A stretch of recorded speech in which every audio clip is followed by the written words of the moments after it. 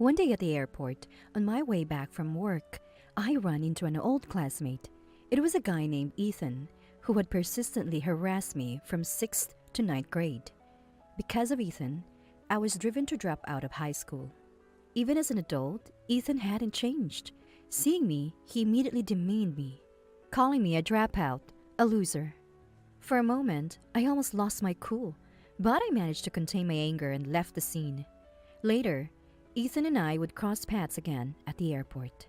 "Hey, dropout! This is what a plane looks like!" Ethan sneered at me. When it became apparent that I was the pilot, Ethan's reaction was unexpected. My name is Oliver, 38 years old, single, and a pilot by profession. When I mention my career, it sounds like I've had an impressive history, but in reality, I once dropped out of high school. Between 6th and 9th grade, I suffered from persistent harassment. The root of my trouble started with a falling out with Ethan, my classmate. Ethan was extroverted, friendly, and well-liked by everyone. I, on the other hand, was serious and decent at studies, but not so good at socializing. That's why I was so relieved when Ethan approached me soon after I enrolled, worried whether I would make any friends. Our conversation started because we had both been in the same soccer club when we were in elementary school. Additionally, Ethan and I joined a soccer team together. We both joined the soccer team, but in our group, I was always the butt of the jokes. Ethan had a charm in turning even my inability to counter the teasing into a source of laughter, which was as cruel as it was captivating. Initially, I accepted my place in the group, even finding joy in making others laugh with my actions. But slowly, our relationship became twisted. The way we garnered laughs escalated gradually. At first, I dismissed it as part of friendship, but my ambiguous attitude towards these jokes was a mistake. The words gradually turned into blatant teasing and personal attacks. Sometimes Ethan would half-joking put me in a wrestling hold. Even when I laughed it off and told him to stop, no one intervened. Instead, they all laughed, watching Ethan and me. I'm not making them laugh. I'm being laughed at, I realized. Ethan was just enjoying humiliating me. That realization made staying in the group painful.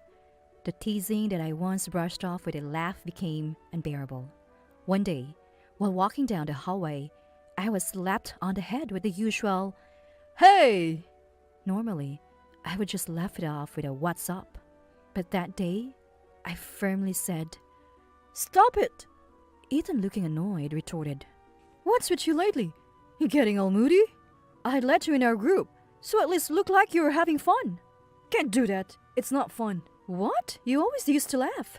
Besides, for someone named Oliver, you're getting too bold." Ethan said this with an intimidating voice, glaring at me. But I stood my ground, staring back at him. Ethan eventually left, saying, "Fine then," and quickly joined the rest of his group. From the next day, my life became a living hell. At school, Ethan and the others he'd influenced, even classmates not involved, started ignoring me. It would have been better if it had ended at that, but they soon began actively harassing me, with Ethan as the ringleader. At first, I tried to stay strong, showing up at school and extracurricular activities, but the pain soon became unbearable, and I started skipping both. Entering 8th grade with the added stress of adolescence, their behavior became even more intense. I missed nearly half of 8th grade, and naturally my grades and evaluations plummeted. I was once considered for a renowned private school in the state during 7th grade, but now I was barely managing to qualify for a lesser-known private school. Still, I tried to study, hoping to escape the situation by graduating middle school. However, things didn't go as planned, and to my dismay, I ended up in the same public school as Ethan.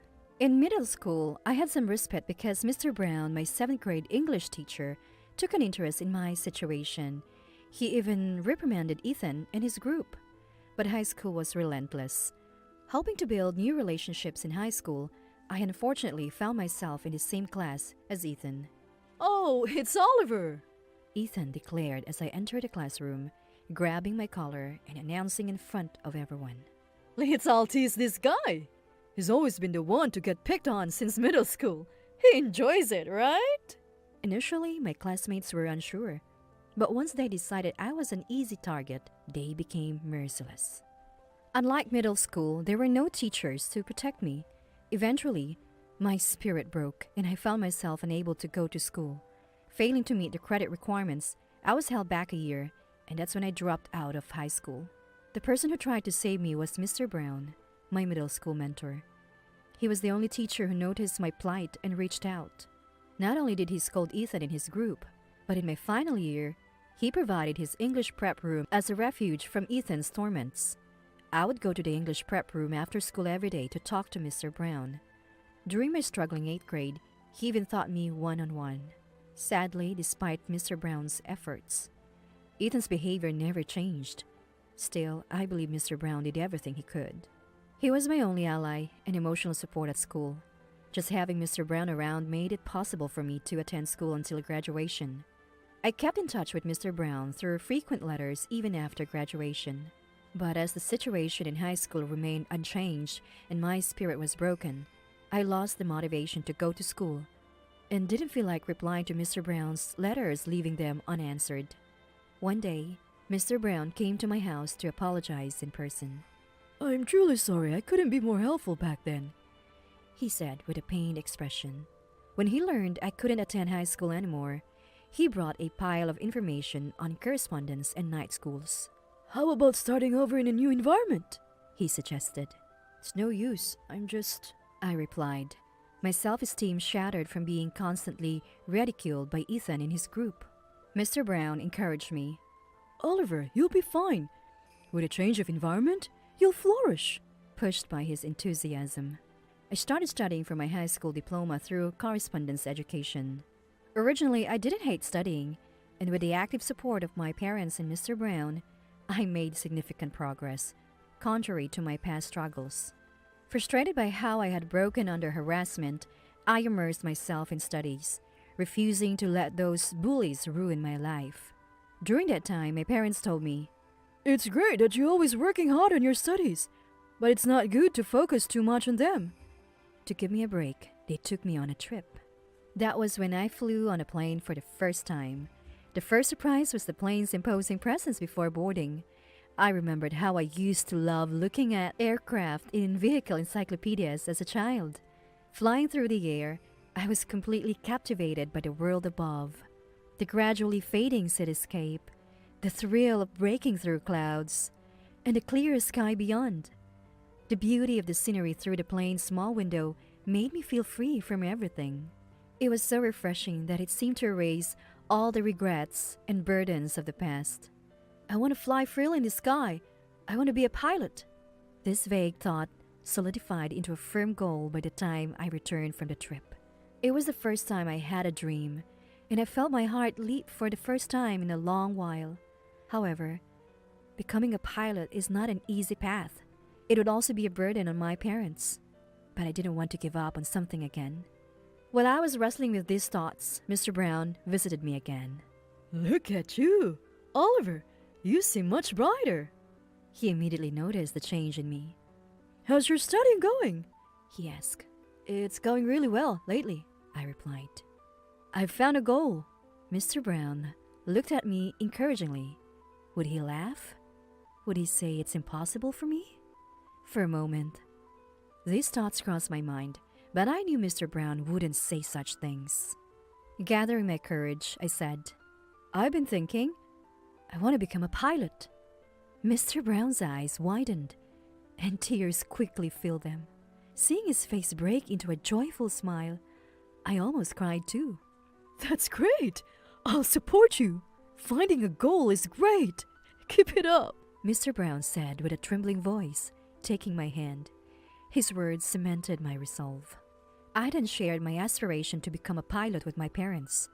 Mom seemed a bit worried, but Dad said, "That's great!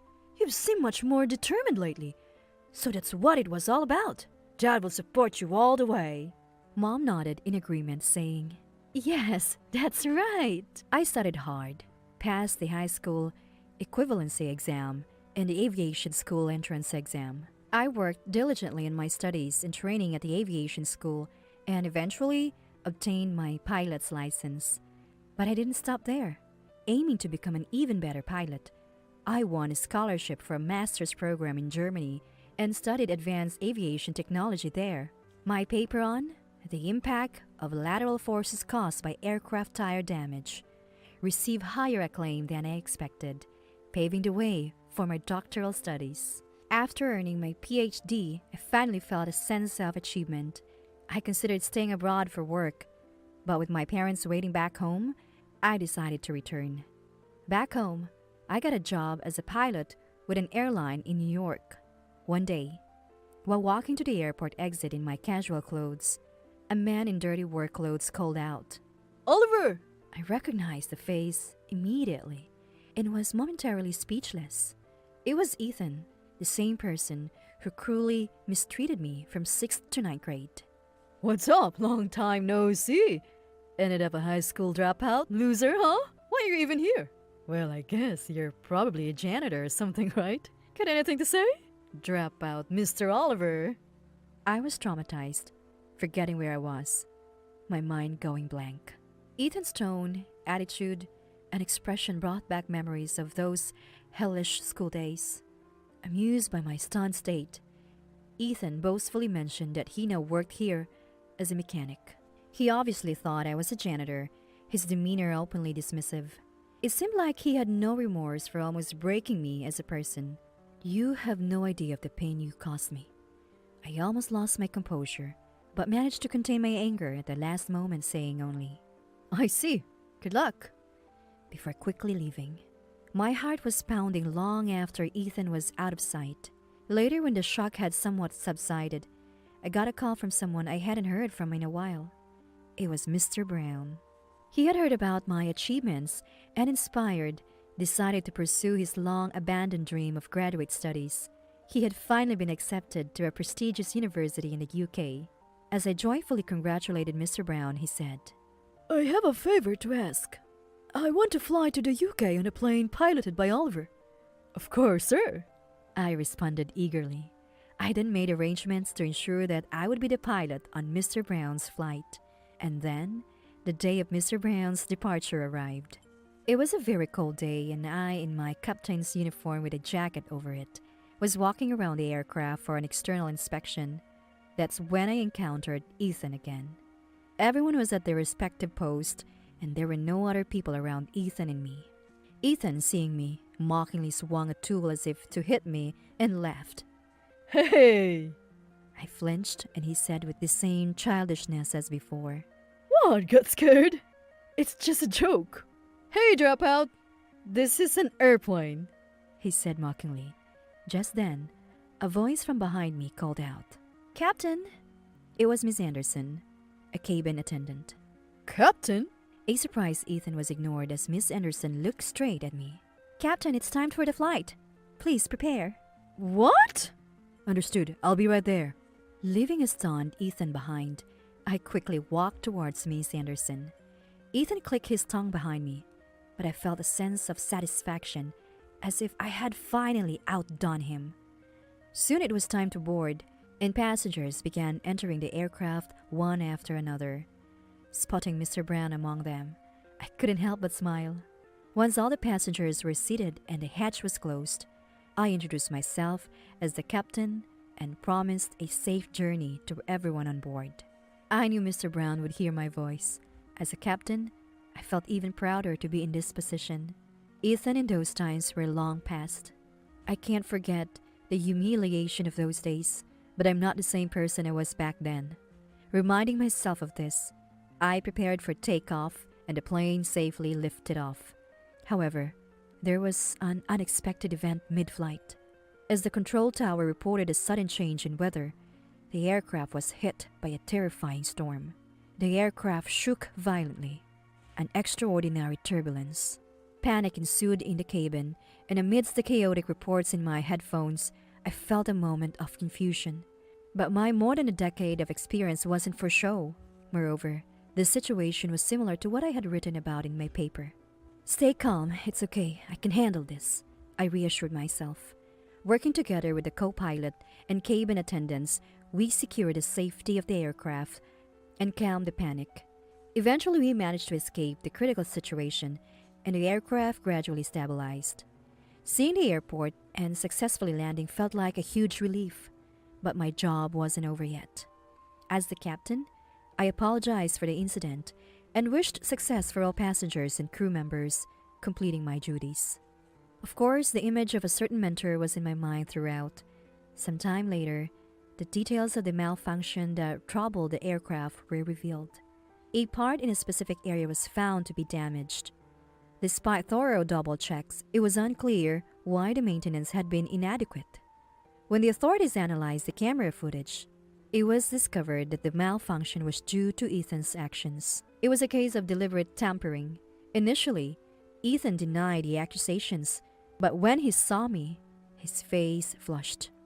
Observing his strange reaction, the others turned their attention to me. I briefly explained the background of my relationship with Ethan. "It's all in the past. Why are you still holding on to it? That's why you're foolish," I blurted out unintentionally, and Ethan seemed to realize he had cornered himself. He tried to deny it in a panic, but it was too late. Everyone present cast condemning glances at him. I'm no longer the weak person I was back then. Looking Ethan in the eye, I said, "You're the one who's been holding on to the past. Your actions could have cost lives. Do you realize the magnitude of what you've done?" Following my words, others started to express their criticisms towards Ethan. Pale and shrinking, Ethan eventually broke down and apologized, but that didn't absolve him of his crimes. Having admitted his guilt, Ethan was disciplined and resigned, facing criminal charges. What Ethan did, both in the past and now, is inexcusable. However, I couldn't help but feel a certain pity for him, driven to such lengths by his obsession with pulling me down. A few days later, perhaps by some stroke of luck, I found myself dining with Miss Anderson. She had asked me, "Would you like to have dinner together on our next day off?" Miss Anderson, always a cool beauty as an excellent cabin attendant, looked even more stunning in her casual attire. I had secretly been attracted to her for a long time, but had almost given up, thinking she couldn't possibly be interested in me, being 8 years younger. However, our relationship rapidly grew closer after that incident. Is this the suspension bridge effect? No, maybe it's something different. While thinking this and eating, Miss Anderson said, "You were really impressive the other day, Mr. Oliver." I was at a loss for words, and she chuckled softly. "What do you mean?" "When there was trouble, he gave calm instructions. Thanks to you, I was able to stay composed and act. It was admirable." Her compliments made me blush. "But involving many people in my problem with Ethan, I feel..." "That modesty of yours is also admirable, you know." "Are you teasing me?" "Of course not." Miss Anderson smiled, holding her hand to her mouth, looking genuinely happy. Her surprising actions didn't end there. "I'm the type who actively shows interest when I like someone," she said. I was stunned, feeling my face turn red. After that, Miss Anderson and I started dating. Although we both often find ourselves in the sky or abroad due to our jobs, she was always eager to travel to foreign countries in our private time. Since I also love flying, traveling together became a very enjoyable experience. France, Sweden, Vietnam, Australia. Together, we created many memories in various places. Each journey seemed to heal the scars in my heart. Soon, I plan to propose to her. I intend to invite Mr. Brown to our wedding, believing it's a strange fate he has somehow connected for us. That's the feeling I have.